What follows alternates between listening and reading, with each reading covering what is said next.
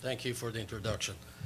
If I start to speak too loud, please let me know. My ears are kind of plugged up. I have a cold, so be my regulator, please.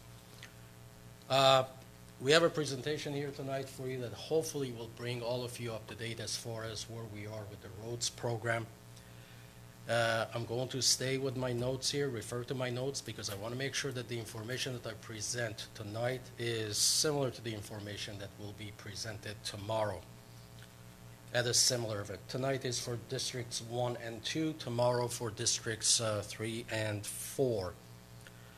We have comment cards in the back provided for you. On the comment card, you see that it says speaker information card. We have used the same cards that we use otherwise in other meetings. We are not going to have an open forum here. We are going to ask you to simply fill out the card with your comments, turn those in.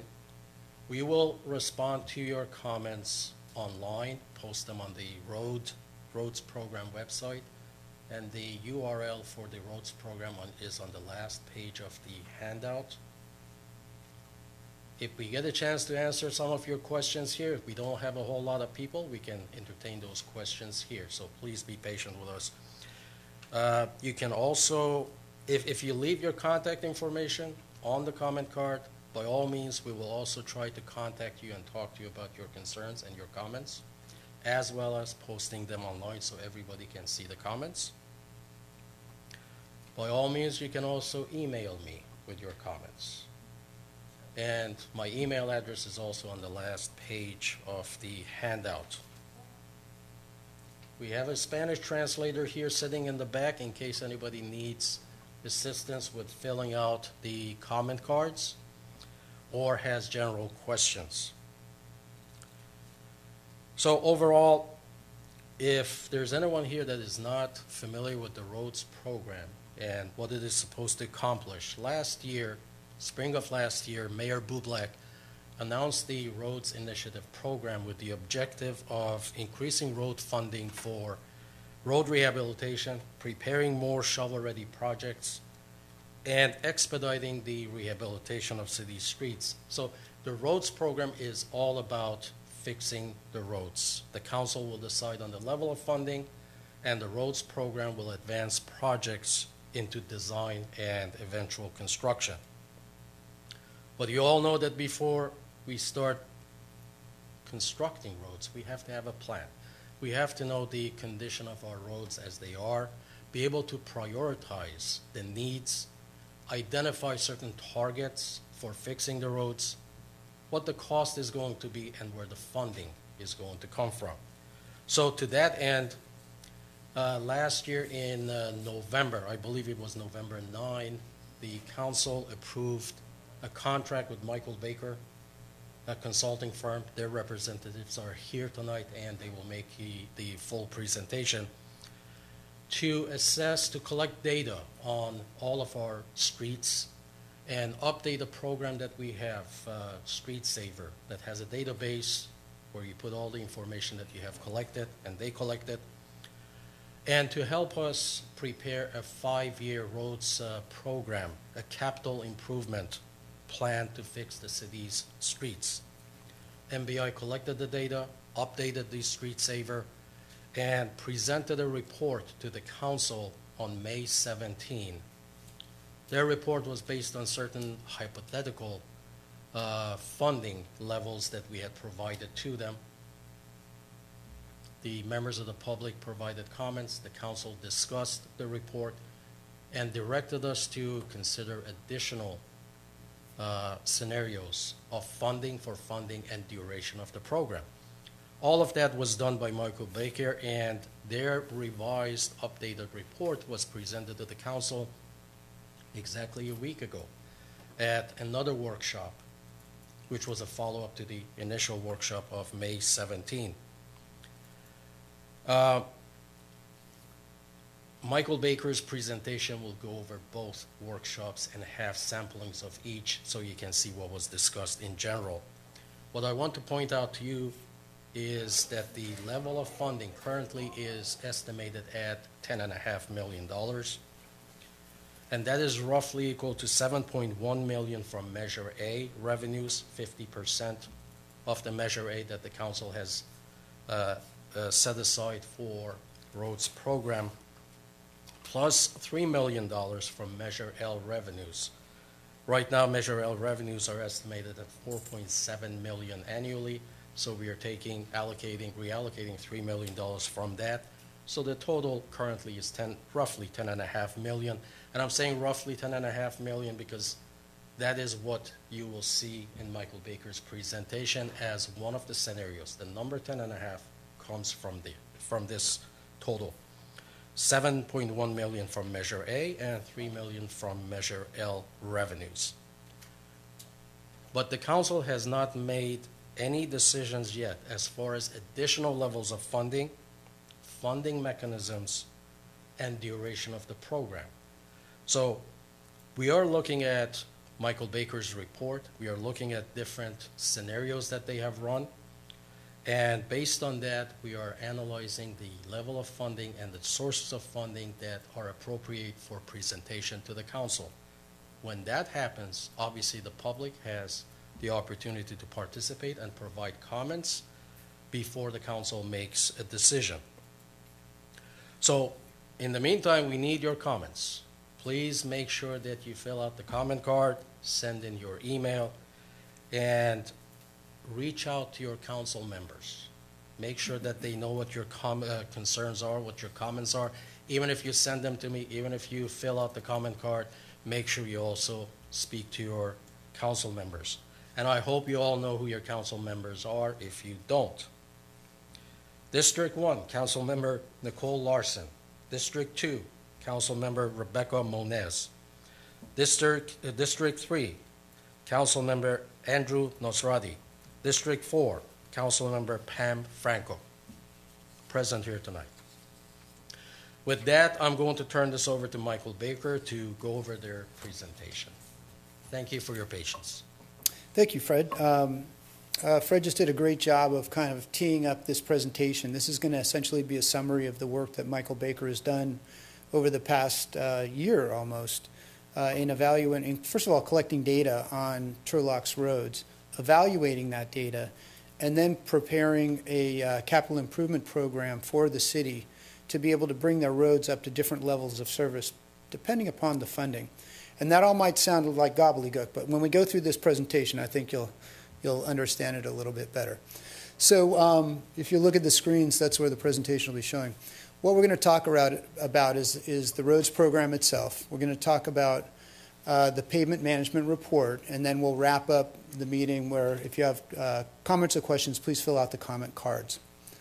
So again, Fred did a great job of teeing this up, but Turlock's road infrastructure has been deteriorating over time, and that's pretty typical of roadway pavements in general. They're kind of like a car. You know, you need to change the oil once in a while. And a pavement management program is essentially a maintenance schedule for how you repair your roadway systems. As Fred mentioned, in 2020, in November, Measure A was passed, which is a 3/4 cent sales tax for the city, it's general city services. The council has agreed to set aside half of that for road paving. So as Fred mentioned, it's about $5.6 million a year. The pavement management report that we're going to discuss tonight was completed so that we could understand what the existing conditions of the city are in terms of the roadways, and also take a look at 15 roads that we were asked to do design for paving and overlay of those roads. Those roads, right now, I believe one of those roads is out. You awarded the contract, so that'll be in construction very soon. We're working on finalizing the packages for the other 14 now, so that'll be coming soon as well. So before you go out and fix your roads, you really need to know what the conditions of all those roads are. So the way that we did that, we collected data on every single road in the city of Turlock. We did that using some advanced technology that we have. I don't know if you noticed, but there was a van driving around town, and it was basically taking images of the pavement and the sidewalk areas So you can get a visual assessment of what those roads look like and what the cracks look like. And there's a rating system depending upon the condition of the road. That rating system is called PCI, or Pavement Condition Index. Ranges from 0 to 100. A 0 is basically a dirt road. You know, it's just gravel. It's a road that's totally filled. A 100 is a road that's just been freshly resurfaced. So it's just after you finish it up, that's as good as it gets. That's a 100. What we're looking at is the conditions of the road anywhere between that 0 to 100 stage. So there are some very nice pavements in town. There's also some pavements that are really in need of some tender loving care. And we'll go through what the different rankings in the PCI are. But a score of 80 or more means it's in a state of good repair. It's a really good street at 80 or more.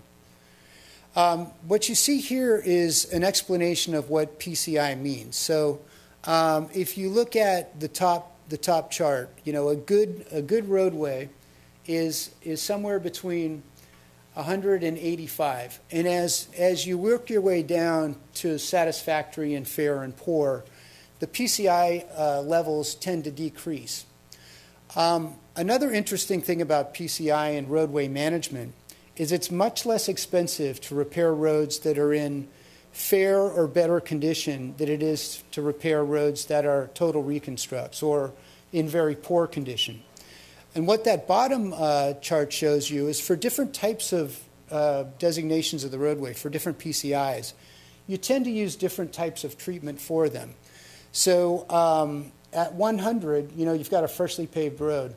What you typically do in a pavement management program is, as a road begins to degenerate, you begin to put slurry seals and chip seals on the roadway surface. Those are relatively inexpensive road treatments that essentially provide a new wearing surface and also help to repair the essentially atmospheric or solar damage on the asphalt. And it extends the life of the road about 7 to 10 years. As the road continues to degrade, you got to get into more aggressive types of treatments. So the next treatment down the road is a chip seal, which is it's kind of a fine rock that's put on oil. First of all, you put oil down, then you put the chips down and roll it. The next treatments below that are cape seal, which is essentially a chip seal with a slurry seal on top. And then you go down to overlays. And in the worst case, you do roadway reconstruction, which is basically digging up the roadway and totally replacing it. So putting in new base. Or there's other ways to do that now. There's techniques called cold in-place recycling, where you basically grind up the roadway, throw some emulsion and oil in it and some cement, recompact the base, and then come back and overlay on top of that. All of these have different costs. The reason why I'm telling you this is that the pavement management system looks and evaluates, based upon the PCI of the road, what type of treatment each roadway should have and when it should get it. So Fred mentioned a 5-year CIP. We looked at 2 scenarios. We looked at repairing all your roads to different states in 5 years and repairing them in 10 years. And we'll go through that information as we get through this. So I just kind of talked about this. The worst pavement conditions is more expensive treatment, and that'll get you back to good conditions. But pavement preservation, as I mentioned, is most effective and most cost effective when the pavement is in better shape. So the key to pavement management is to try not to let your roadway slip into a state of disrepair. You want to try to bring everything up into a state of good repair and then just maintain it with slurry seals and chip seals over time. Much more cost effective. And less expensive. As I mentioned, it's less expensive than resurfacing and reconstruction. So this is a chart that shows what the predictions are for the pavements in Turlock if nothing is done. So Fred mentioned we've been to the council twice on this. Our first run at the pavement management system was we looked at the city as a whole. We looked at every roadway in Turlock and put that into StreetSaver, the pavement management system, and then let StreetSaver run and find out what the pavement condition index was. That number for all the roads in the city is 62. However, in the northern part of Turlock, there are several assessment districts. A lot of neighborhoods are assessing themselves for roadway improvements. And so those pavements are in much better condition, and they have a funding source. So the city asked us to remove those from our next run of the StreetSaver program. What that did, when you take out the assessment districts, is it yields a PCI of somewhere around 54. It's in the mid-50s. And as you can see from the graph, if you do nothing, this is what's going to happen with no funding, your pavement condition over time is going to degrade into the poor and very poor realms. And that's kind of obvious, right? If you don't fix your car, it's going to break down. If you don't repair your roads, they're going to break down as well. Back in May, we presented some work on what the last assessment of Street Saver was in 2013 versus what we found in 2020. And the drawing or the maps that you see are it's a map of Turlock, and it shows the 2013 data and the 2022 data. Now, obviously, green streets are the ones in good condition. The yellow streets are the ones in fair condition. And the red streets are the ones in poor condition. And just glancing at it, you can see, if you go from left to right, there's more red in the picture. So over 8 years, many of those streets have deteriorated, as we would expect.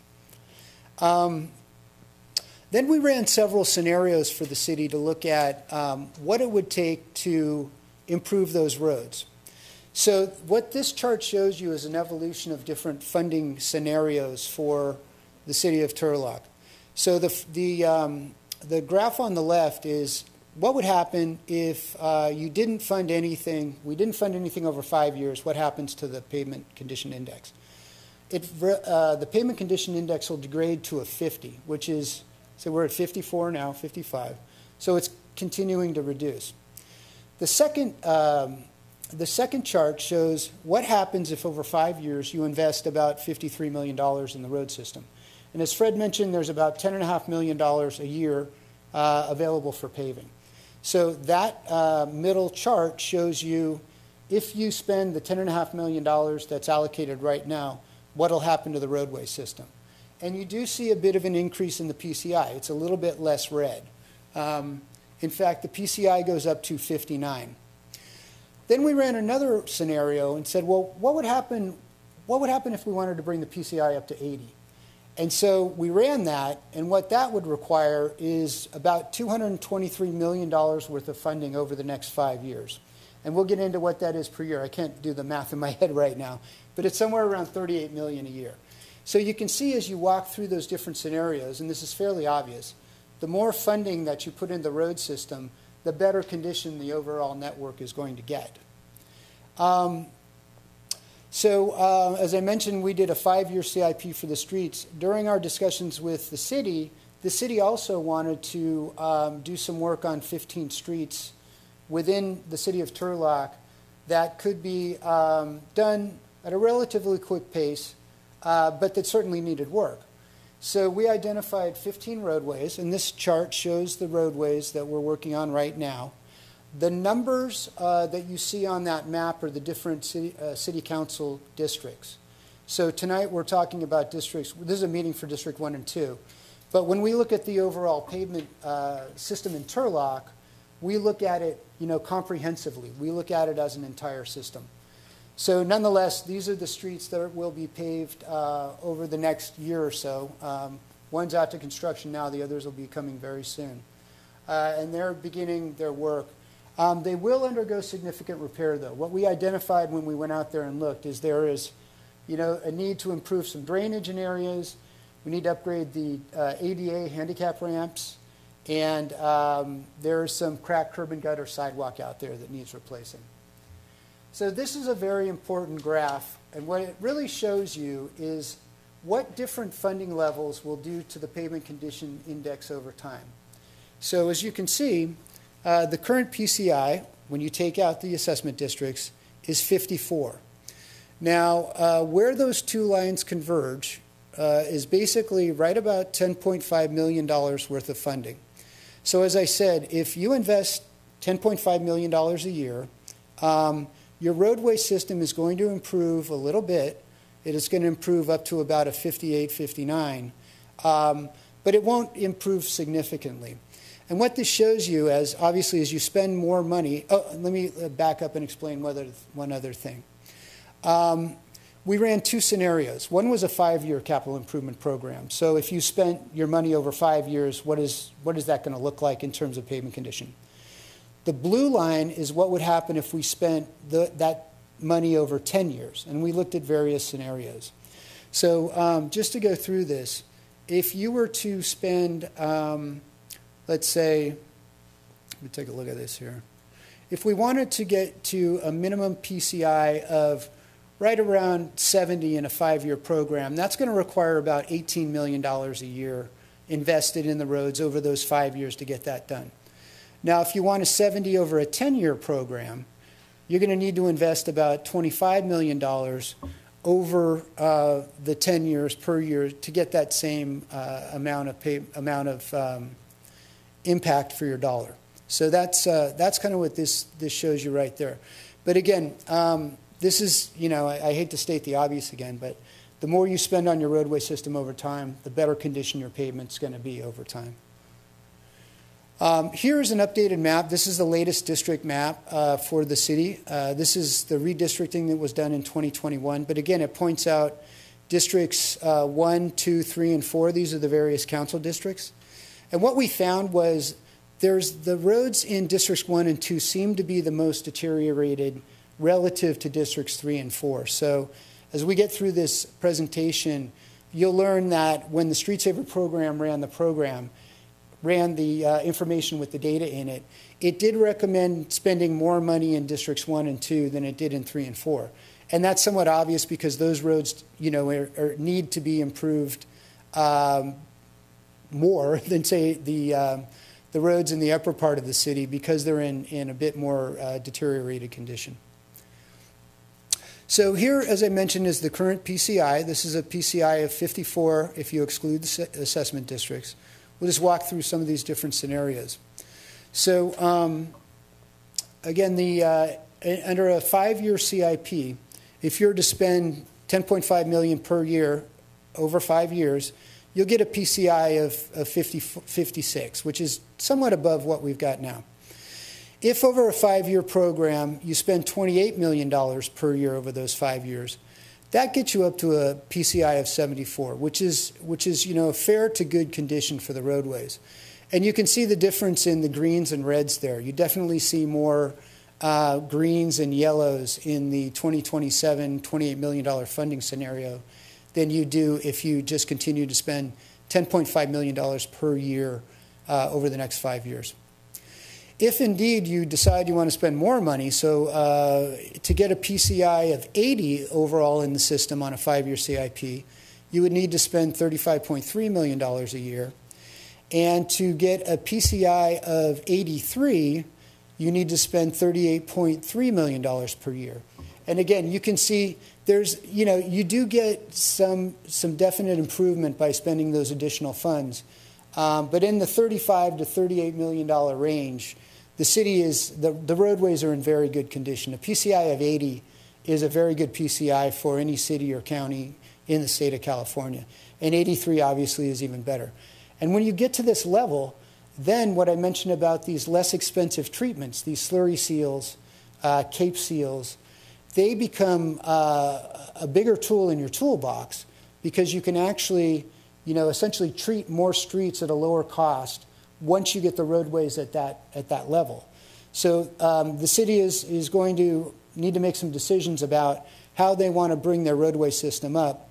But the goal is to get the roadways up to a condition that's good enough to where you're doing more slurry seals and cape seals than you are resurfacing and reconstructs. Here is an example of what happens with the 10-year plan. So if you spend $10.5 million over 10 years, you get to a PCI of 56, which is, it's a little bit better than we have now, but not a whole lot better. But if you spend $15.5 million a year, you get up to a PCI of 65. So you can see a lot of these red streets are dropping off, turning into green streets.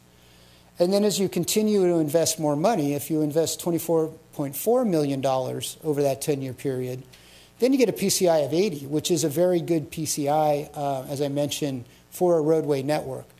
And if you continue to invest, if you go $27.9 million, you get a PCI of 85, which is an extremely good PCI for any city or county.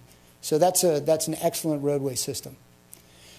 This is a detailed table of the different funding scenarios. So You'll see the do-nothing scenario in the middle. That takes you down to a PCI of 44, as we mentioned in the maps that we showed.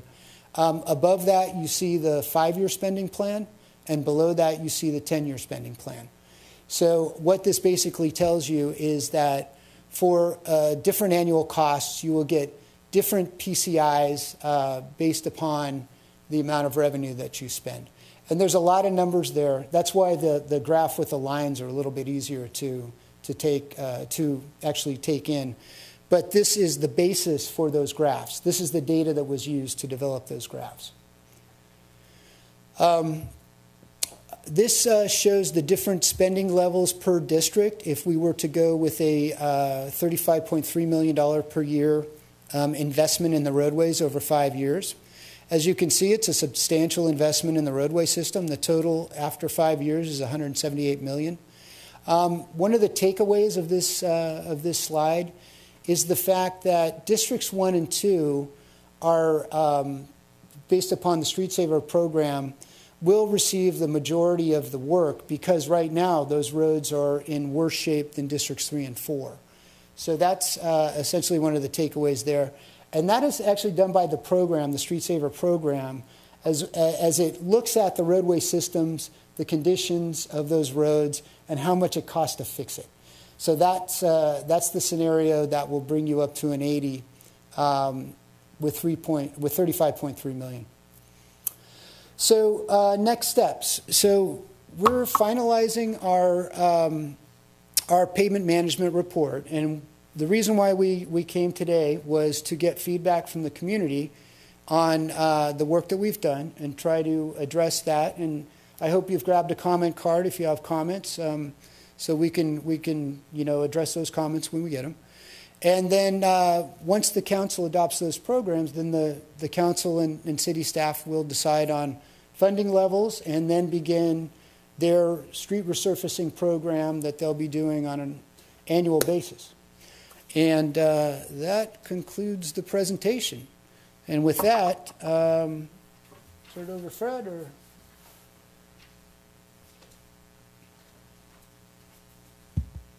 just wanted to clarify one item in there. I believe early in the presentation there was a figure of 5.6 million.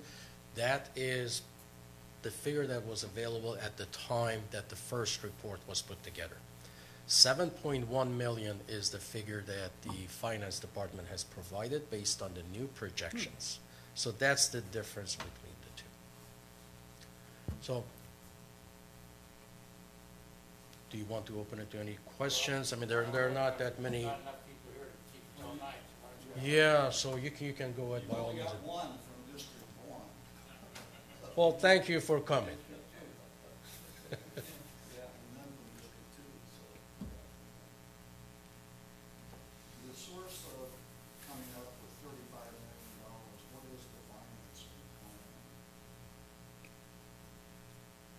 There is no set plan at this point. So we are taking all of this. Yeah. Get to a realistic, from your standpoint. You've got 10.5. Right. So our program will continue at 10.5 million because that's the money that is available. Mm-hmm. These scenarios are going to be all analyzed by the finance director, and sources of funding are going to be put together in a report to the council. So these scenarios are not exact. These are hypothetical scenarios to give us ideas on, if we're looking at this, what are we talking about money-wise? To have an idea of what type of funding may be needed, how many years can we come back to the council and recommend for the council to consider, what the sources of funding would be, whether it's a bond, whether there are other sources of funding, how many years the bond would be over, and what the amount of that bonding would be. So all of that are the kinds of things that we are looking at right now. So a decision, that's why I said a final decision hasn't been made as far as exactly how much the funding would be and what the source of funding would be. The decision to be made is what PCI level? What PCI and how many years. Right. So that kind of decides, and you have to also look at the capacity for getting the work done. And then if you have, let's say you throw a whole bunch of money in there, do we even have the capacity to design it, to construct it, bring in contractors to do that, and how much disruption you're going to have in the community? So all of that we have to look at. It's gotta be realistic. Right, exactly, What we're doing. exactly. We can put all kinds of numbers out there, but realistically, Right. what we're talking about. So those are the things that we have to look at, and your comments are going to be extremely important in all of this. Well, and I've spent a lot of time on roads in Turlock. Yeah, I chaired the 2014 with the Department of Clerk has now, measure B bond issue was to put a very specific in for roads. Too bad we didn't get that done because we would have been 8 years into it. And did basically the same thing that you did here. yeah, Condition of the roads, overlays by streets, and what have you. But when we sit down and have a projection based on a 5% inflation rate, when today's is for construction costs is 13.3, that kind of blows the whole thing out. and you see the dilemma in there, how things are shifting. And So- anything that you base on this today is so far out of reality for what we're seeing today. And Sure, borrowing money in a high interest rate environment right, is going to be even. right. So there's a lot of analysis to go in there. There are some assumptions, obviously, that have to be put into the equation, and then a lot of judgment, and also a lot of caution. That's why we have the public to provide comments, and for the council to discuss all of those, and hopefully at the end of the day, the decision is going to be a good decision. But you said it, there are a lot of assumptions there and a lot of uncertainty. The concept that was used in 2014 was a little bit different than what you're doing now. And the plan was to take roads that were still in good shape and try to salvage those, do your slurry seals and things like that, and leave the really bad roads to the very end, because they weren't gonna deteriorate any more than what they were. Right. They had to be totally replaced. So we have quite a few of those right now. Well, yeah. Right. We went from where we were, Yeah. 8 years ago, but from that standpoint, does that make more sense to try to leverage your dollars and save those roads? We are, quite frankly, I think we are at a point right now that a lot of roads, you can't let them go too far. We are done. So it's best to go ahead, and we are not going to full depth replacement in most places. Grind and pave to basically give it another 15, hopefully even 20 years of service. Does this plan have any money in there to maintain the roads after 7 years? Or is this totally reconstruction? This considers the 5-year or 10-year to accomplish the goals. Remember I said we have to set objectives. So it's either the PCI that you go by or the amount of money that you have, and you end up with the PCI that you end up with.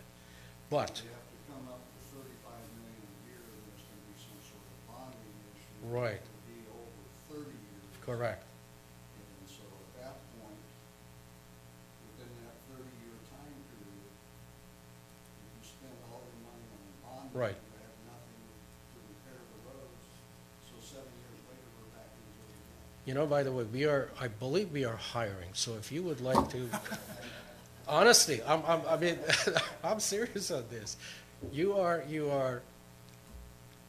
Yes, you are absolutely correct. These are scenarios over 5 and 10 years. So if we go to bonds, the bond is going to be with us for 30 years. Let's say that's the period. And if you spend that bond money in 5 or 10 years, you have 20 to 25 years of bond service plus maintenance that you have. So these are the numbers that we have to look at. And that goes beyond what you saw here.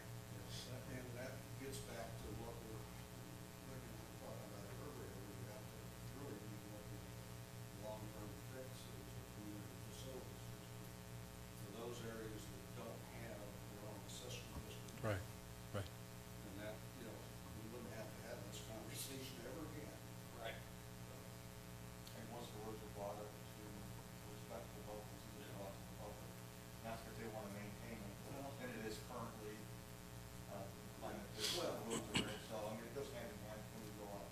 tried to do this on a very small scale in my neighborhood, about 5 years ago, 4 years ago, where we actually took, we have about 140 houses in our neighborhood where we would go ahead and put an assessment district after the fact.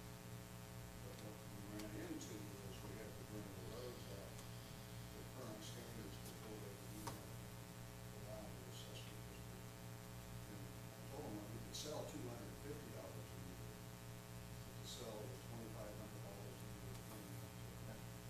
That's what I understand, once they're bought up, it's more palatable for residents to say, yeah, we want to keep them like this, and so they can this. But you're going to be paying for that over the 30-year time period. And the biggest concern right now, you're going to have to deal with from financial, and will have to deal with from a financial standpoint, is that $7.1 million going to be there. When you look at what CalPERS just announced yesterday on the pensions and their lack of return, you're going to be hit with another $3 or $4 million on the pension side. No, we will. The numbers don't add up. So that, the availability of that 7.1 over 3 years is Right. going to be a real question. The trick's gonna be to bond it. You have to use the roads themselves as a security for bonding. And then the next trick's gonna be how long are we gonna bond out for? And that's a function of what the yield curve is in terms of what the market's like at that time.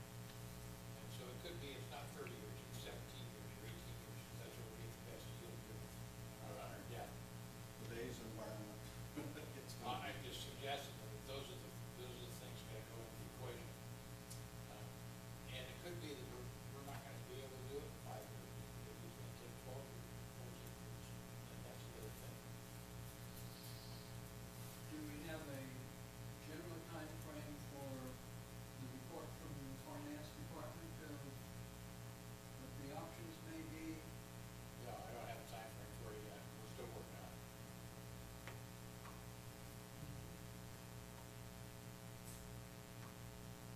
We just got this last couple of weeks, it's gonna take some time to track through the numbers.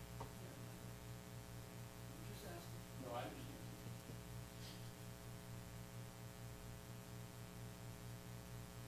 Any other questions? Well, I want to thank those who came tonight. We appreciate you being here. It would be nice if the community turned out more. It would be nice to hear more from what the rest of the community wants. Can I get my road fixed first? Well, right?